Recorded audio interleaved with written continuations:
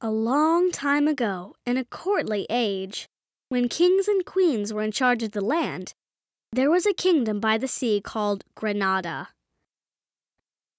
In the northern part of the kingdom, there was a dark forest, full of scary shadows and dangerous plants and animals. Can you see it on the top? Everyone in the kingdom will tell you to stay out of there if you have any sense at all. But the southern part of the kingdom is bright and sunny. There are blue lakes, green trees, and a beautiful castle. There were 2 princes who grew up with their mother in the castle.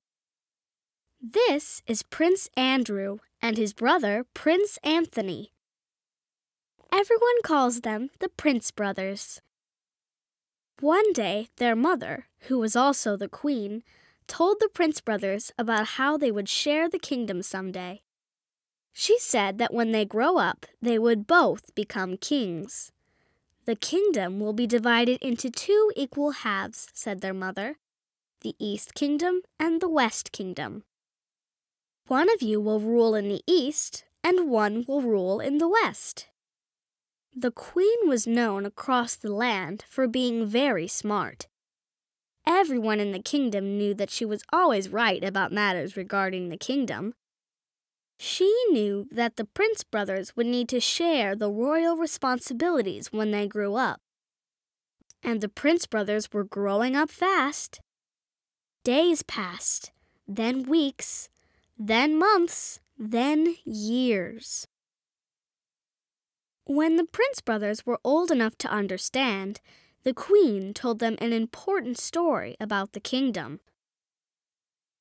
A long time ago, there were Prince Brothers like you who lived in Granada. It was a tradition for the brothers to run in a race around the kingdom every year. Nobody ever knew which of the 2 princes would win. One year, one of the princes decided to cheat in the race, so he put a thorn in his brother's shoe.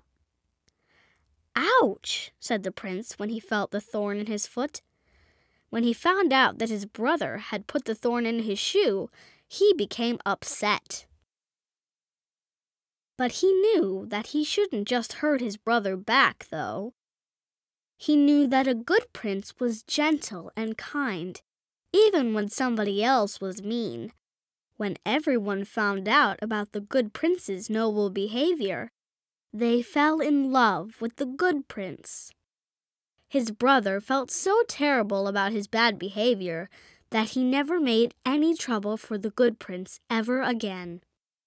Eventually, the good prince became known as the best king to ever rule the land of Granada. The queen told the Prince Brothers a lesson about kindness to remember from the story. "Always be forgiving when somebody wrongs you," said the queen. "It's never right for a good king to hurt anybody, even if they were mean." The queen wanted the Prince Brothers to know that a good king never hurts anyone. The Prince Brothers continued to grow up, and their mother continued to teach them lessons about the kingdom. But Anthony started to have different thoughts. He decided that he did not want to share the kingdom half and half with Andrew. He told his brother Andrew that he was stealing the entire kingdom for himself. "You, my favored brother," Anthony said bitterly, "are never going to see the inside of the castle again. I have hated you long and hard, and now I'm going to treat you like I have always wanted to. No more are you to be a prince, and you shall never be king of the people of Granada. You will live your life on stale bread and warm water in the dark dungeon in the northern forest, where you may rule a kingdom of rats. And I alone, will rule the kingdom of Granada." Prince Andrew could not escape from the guards.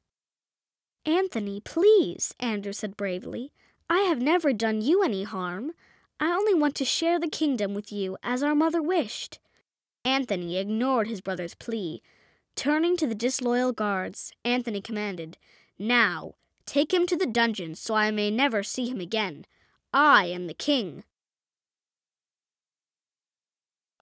Andrew was trapped in the dungeon. He was worried at first, but he knew that some of his loyal soldiers would soon be on their way to help him escape. He began to think about his mother's lessons and the story she told them about being gentle and kind and never hurting anyone. When the loyal soldiers finally rescued Andrew, they went straight to the castle where Anthony was hiding. It was time for Andrew to do something about Anthony.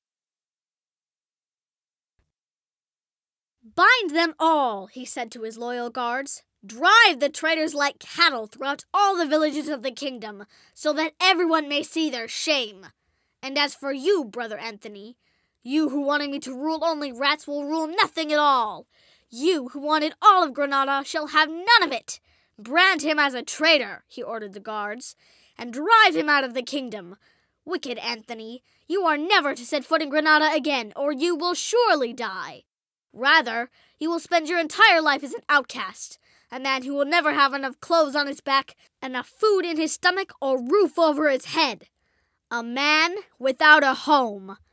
Take him away," said Prince Andrew.